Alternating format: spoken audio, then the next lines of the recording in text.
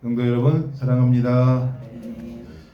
오늘 성경 말씀은 우리 교인들이 살아가는 데 있어서 아주 리얼한 상황을 연출한 내용입니다. 예수님께서는 이 부활하신 거에 대해서 이 소리 소문 없이 이 두 제자에게 나타나셨는데요. 이 두 제자는 12제자 중에 제자들이 아닙니다. 그냥 예수님을 추종하는 제자들이에요.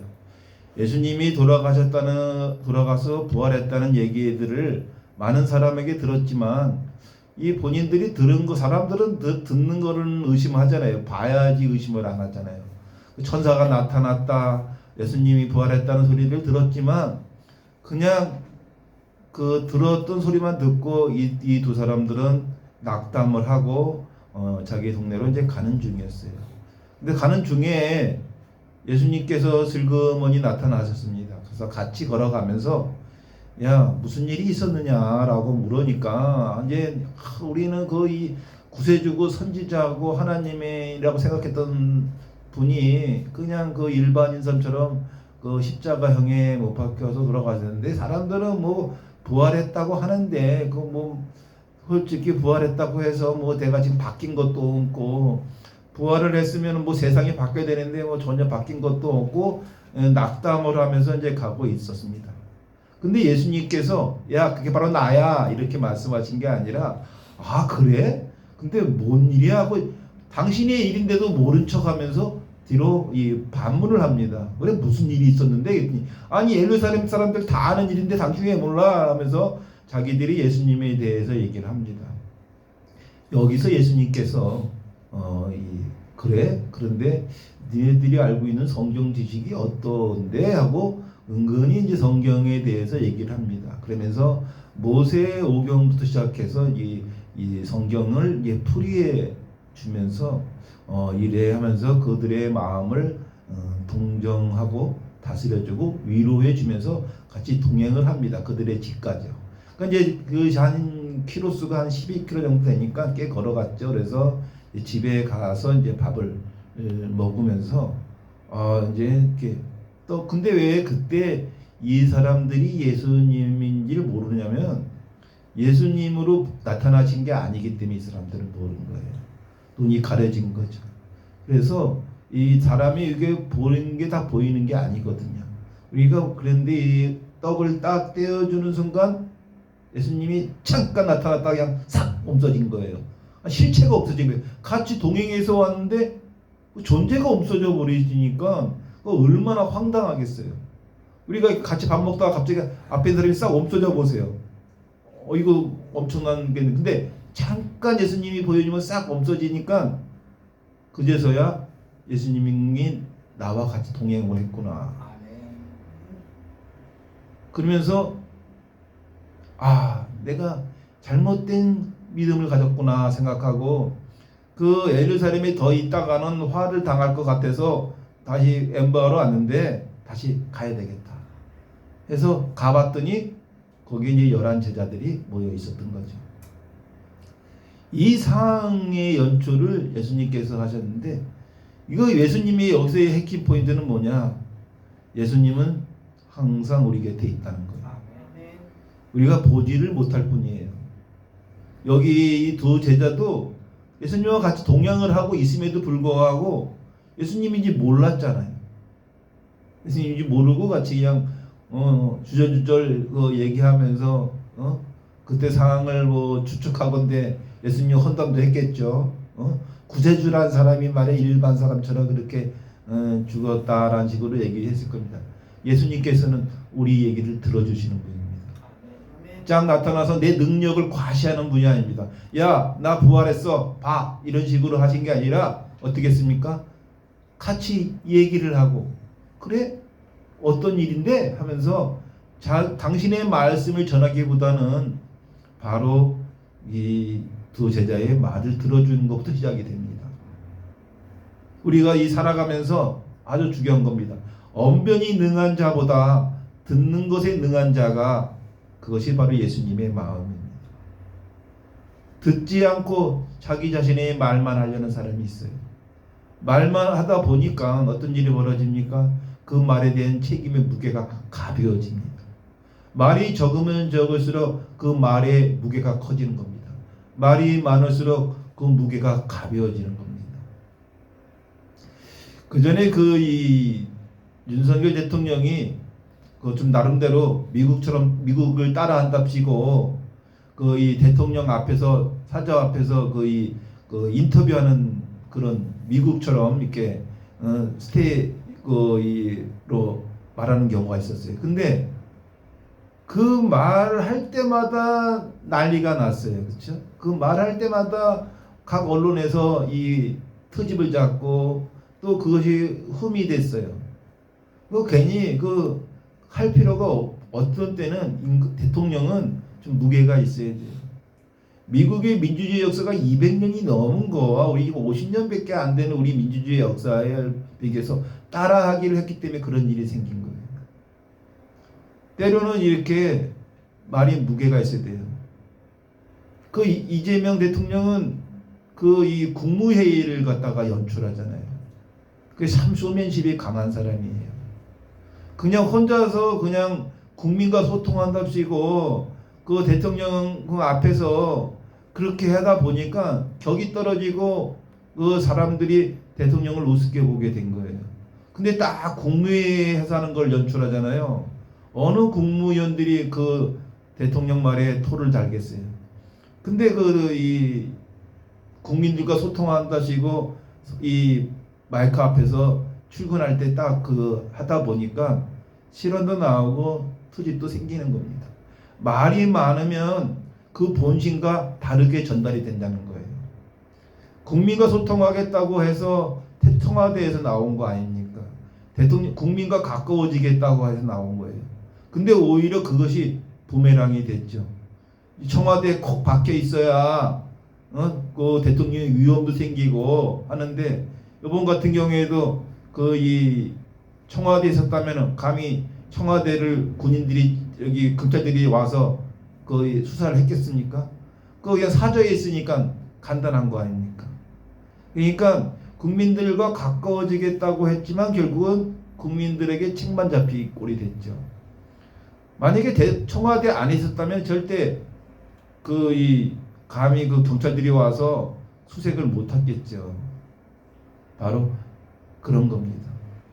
이 말이 많으면 책이 잡힙니다. 우리가 하나님과 가까이 한다고 말은 많이 합니다. 근데 오늘 주제가 뭡니까? 예수님의 부활을 확인한 그 제자들은 다시 되돌아갔습니다. 우리가 이 교회에 들어오실 때 오는 거는 어떤 겁니까? 나가는 걸 전제로 하는 겁니다. 들어왔으니까 나가야죠. 근데 왔으니 나가야 되는 거는 뭐냐? 나갈 때는 나가지만 그냥 나가서는 안 되는 겁니다. 하나님의 은혜를 복받은 것을 전도하는 사명을 가지셔야 됩니다. 제가 늘 그러죠. 오는 사람 안 맞고 가는 사람 안 잡는다. 갈 때 가더라도 이 하나님의 은혜를 받고 가셨다면 그를 전도하셔야 됩니다. 전도하지 않으면 다음에 오기가 쉽지가 않습니다. 은혜를 받았다는 것을 입증해야 됩니다. 증거해야 됩니다. 증거하지 못한 신앙은 신앙이라 할 수가 없습니다. 내가 보고 믿는 믿음은 부실한 믿음입니다. 보지 않고 믿는 믿음이 진정한 믿음임을 오늘 성경에서도 말씀하고 계십니다. 우리가 아무 일도 안 하면 아무 일도 안 생긴다는 말이 있죠. 제가 이 지방에 여수에 놀러 간 적이 있어요. 갔는데 그날 좀 비가 많이 오고 막 난리가 아닌 때였어요. 그래서 다른 데 갈 수가 없어서 그냥 호텔 안에서 이 바닷가를 바라볼 수밖에 없었습니다. 근데 이렇게 바라보는데 갈매기들이 막 이 비가 오니까 우왕좌왕 못하고 막 정신 사납더라고요. 근데 저기 이 바위 틈에 갈매기 하나가 이렇게 딱 앉아갖고 편안하게 이 비 오는 걸 바라보고 있더라고요. 근데 다른 갈매기들은 막 정신없이 막 움직여요. 근데 제가 거기서 깨우쳤어요. 이 바위 틈에 딱 자리 잡고 있으니까 이 바위가 뭐 비바람에 바위가 무너질겠어요? 뭐 하겠어요? 그냥 평안하게 있는 거예요. 평안하게. 우리가 이 바위가 하나님이 내 곁에 있다 생각하면은 그냥 편안해지는데, 그 하나님이 내 곁에 있지 않고 어떻게든지 내가 찾아보겠다고 용 쓰니까 비바람을 맞는 겁니다. 그러니까 괴로운 거죠. 또 하나 제가 예를 들어볼까요? 어린아이가 엄마랑 같이 시장을 가다가 엄마를 놓쳤어요. 뭐 딴청을 하다 보니까 엄마가 안 보여. 그럼 어떻게 합니까? 엄마 찾으려고 막 돌아다니잖아요. 그래서 미아가 되는 겁니다. 가만히 있으면 엄마가 올 텐데, 그쵸? 엄마가 사방천방 내 자식 찾으러 돌아다닐 거 아니겠습니까? 근데 이 아이가 자발하지 못하고 엄마 찾겠다고 엉엉 울면서 그냥 어디로 다니기 때문에 엄마가 그 아이를 못 찾는 거예요. 안 그렇습니까? 그 자리에만 가만히, 엄마를 놓친 그 자리에 가만히만 있으면 엄마가 찾았을 텐데, 그 엄마가 누굽니까? 하나님과 같은 거예요. 우리가 가만히만 있으면 하나님이 우리가 알아서 해결해 줄 텐데, 우리 인간이 자발하지 못하고 그 알량한 지식과 알량한 지혜와 알량한 경험으로 어떻게든 해보겠다고 상황을 더 어지럽게 해서 더 어려워지는 겁니다. 그냥 가만히 있으면 어른이 하나님께서 찾아주실까? 가만히 있으면 엄마가 어른이 지를 찾을까? 근데 그 믿음이 부족한 거예요. 근데 그거는 어린이 알기 때문에 그렇다고 치자고. 우리 성인들은 어때요? 이가 교인들은 어떻습니까? 하나님을 진짜로 가만히 나를 구원해 줄 거라고 진짜 믿고 있습니까? 진짜 믿는다면은 불안해할 필요가 없어요. 평안을 가질 수가 있습니다. 이 평안은 환경이 만들어주는 게 아니라 본인이 만드는 겁니다. 이런 예화가 하나 있어요. 어느 어부가 이 배를 하는데 풍랑이 치고 바람이 치니까 도저히 이 고기를 잡을 수가 없어서 하나님께 기도를 했답니다. 하나님, 이 풍랑 좀 멈추게 해주세요. 이 바람 좀 멈추게 해주세요. 도저히 고기를 잡을 수가 없습니다. 하면서 하나님께 기도를 했더니 하나님이 쫙 나타나서, 아 그래? 그럼 내가 너에게 이 구슬을 줄 테니까 이 구슬을 가지고 있으면 절대 풍랑이나 바람이 일어나지 않느니 가지고 있으라 했더니, 하나님 감사합니다 하고 풍랑을 딱 쥐는 순간, 이 구슬을 쥐는 순간 풍랑이 멈추고 고요해지더랍니다. 근데 문제가 뭐냐? 바람이 하나도 안 부니까 배가 움직일 수가 없는 거예요. 풍랑이 일지 않으니까 고기들이 섞여지다니까 고기도 잡히지가 않는 거예요. 결국은 이 어부는 그 구슬을 바다에 버렸다고 합니다. 이 설하지만 우리가 사회생활하면서 힘들고 괴로운 일들이 있어요. 이게 나를 단련시키는 겁니다. 환경이 나를 단련시키는 거예요. 근데 이 환경이 고통이라 생각하면 고통입니다. 어려운 환경이 나에게 오면 올수록 나는 더 커지고 담대해집니다. 이거는 노자가 한 얘기입니다. 큰 사람이 될 자는 큰 시련이 오기 마련이다 라는 논어에 나오는 얘기입니다. 우리가 지금에 있는 어려운 시기가 바로 나에게 학습의 효과를 가리키고 인생을 가리키고 지혜를 가리키는 겁니다. 그러니 지금의 우리가 교회 밖에 나가서 어려운 일이 생기고 힘든 일이 생기면 기도하십시오. 감사하십시오. 그러면 평안이 옵니다. 내가 용순다고 세상이 바뀌지 않습니다. 내 세상을 나에게 마치라 하지 마십시오. 내가 세상을 마치고 살아야 합니다. 어려운 일이 생겼을 때는 가만히 기도만 하십시오. 괜히 그거를 해결했다 하시고 하는 게 깊은 수렁에 빠지는 겁니다. 우리가 수렁에 빠졌을 때 가만히 있으면 천천히 빠지지만 살려고 용쓰면 더 빨리 빠집니다. 이런 바둑에 이런 얘기가 있어요. 잔고 끝에 악수 나온다. 너무 생각을 많이 하다 보니까 그 너무 많은 생각이 결국 악수가 된다는 얘기예요. 제가 가만히 있으라고 그랬더니 가만히 고민만 하는 분이 있어요. 그러면 그게 잔고 끝에 악수가 나오는 거예요. 그저께 저희 그 교회에 이 동네 목사님이 찾아오셨어요. 이런 얘기 저런 얘기를 하다가 이 목사님이 전직 경찰이에요. 그 서진 눈사롱 사건에 수사하셨던 그 경찰관이신데 이 경찰관을 그만두시고 이제 목회자의 길을 가시는 목사님이세요. 이런 얘기 저런 얘기 하다가 제가 그 신학을 공부할 때 저희가 천주교 신자다 보니까 개척교회를 좀 다녀봤다. 근데 개척교회를 가면 이제 지하실로 대부분 오는 이유가 일단 방음 효과가 좋고 세가 싸고 그래서 지하실 교회를 개척교회들이 많이 선택을 한다 그러더라고요. 그래서 이제 제가 지하실 개척교회를 갔는데 이 대부분 어려운 교회 목사님들이 이런 말씀을 해요. 하나님은 다 들어주시기 때문에 열심히 기도만 하면 된다는 거예요.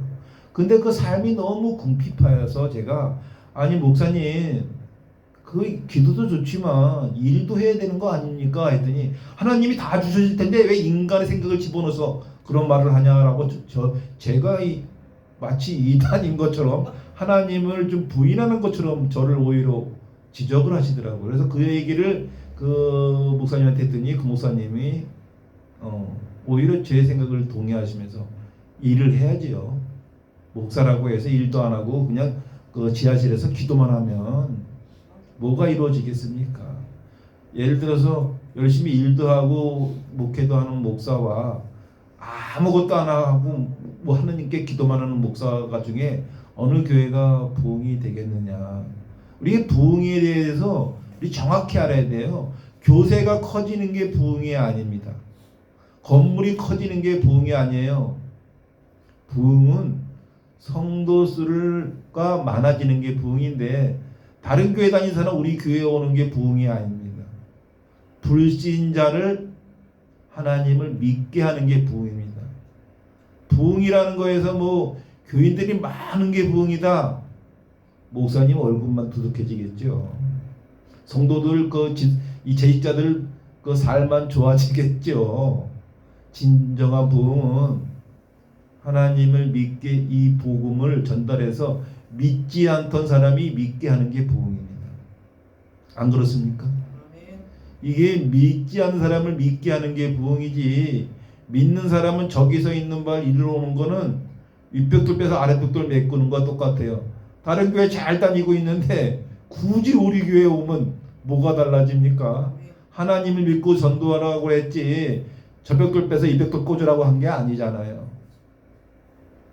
저는 성도 수가 작아도 때로 우리 성도님들에게 전도에 연연해 주셨으면 좋겠다라고 부탁드립니다. 왜냐하면 그거는 교회의 저를 위해서가 아니에요. 한 사람을 전도함으로써 은혜가 2배가 됩니다. 은혜에 대한 체험이 없다 보니까 이 강렬해지지 못할 수도 있어요. 저는 진정으로 성도 여러분께 말씀드립니다.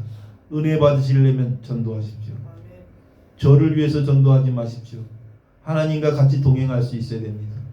하나님이 우리가 같이 동행한다는 데는 확신이 있어야 됩니다. 확신이 없으니 동행도 어렵죠. 제가 많은 성도분들과 함께 항상 같은 곳을 바라보기를 원합니다. 우리가 같은 곳을 보고 걸어가기를 원해요. 근데 다른 곳을 보면은 지금은 같이 걷고 있지만 결국은 다른 데로 가게 되어 있지 않습니까? 같은 곳을 본다면 쭉 같이 갈 수 있는데 지금은 같은 곳을 보고 있는데 생각이 다르고 관심이 다르면 어떻게 되겠습니까? 다른 길로 갈 수밖에 없어요.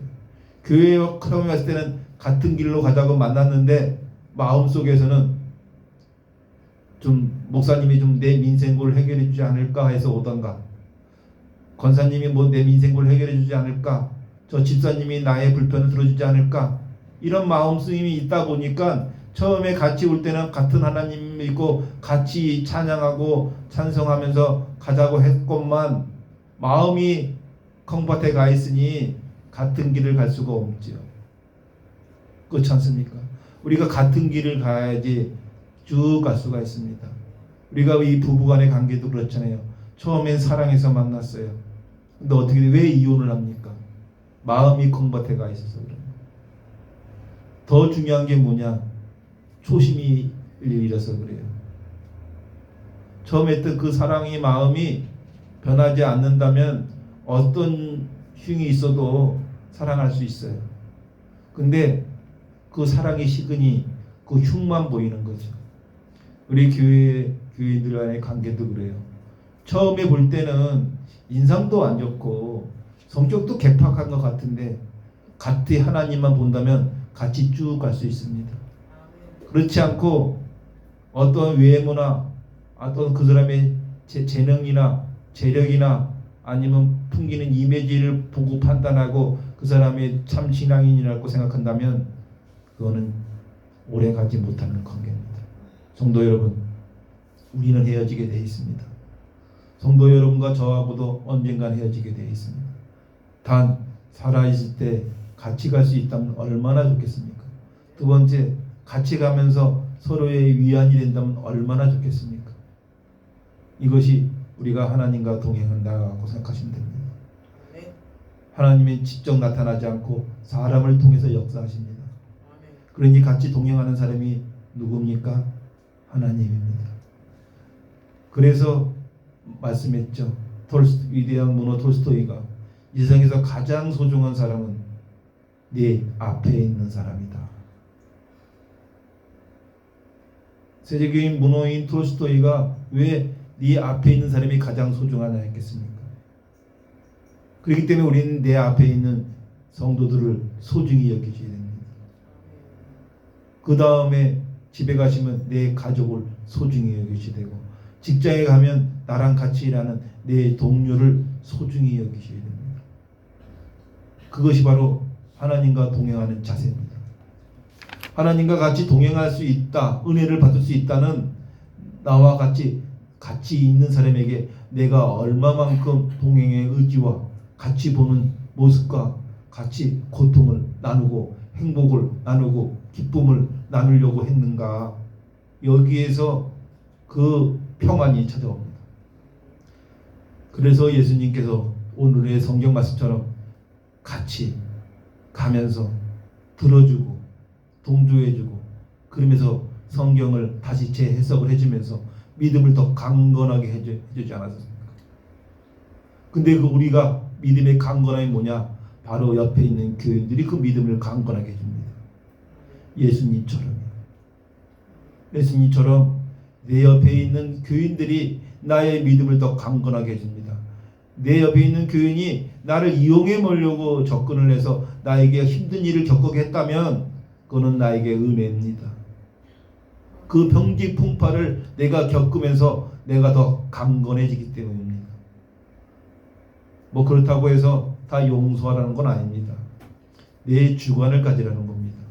우리가 이 자존심하고 자긍심이 항상 있는데 자존심을 지키려다 보면은 남에게 상처밖에 줄 게 없어요. 근데 자긍심을 가지면 자기를 사랑하기 때문에 용기와 복돋움이 가능합니다. 성도 여러분, 늘 행복하시길 저는 항상 축원합니다. 늘 성령공기 항상 평강하시길 축원합니다. 세상을 살아가면서 어려운 일, 힘든 일이 이 교회 문 밖을 나가면 많습니다. 또 내일 주일이 끝나고 내일 이 직장에 가게 되면 또 많은 일이 꼬이고 안 되고 속상합니다. 그럴 때마다 평강을 찾으시는 단 하나, 주님이 내 곁에 있음을 믿으셔야 됩니다.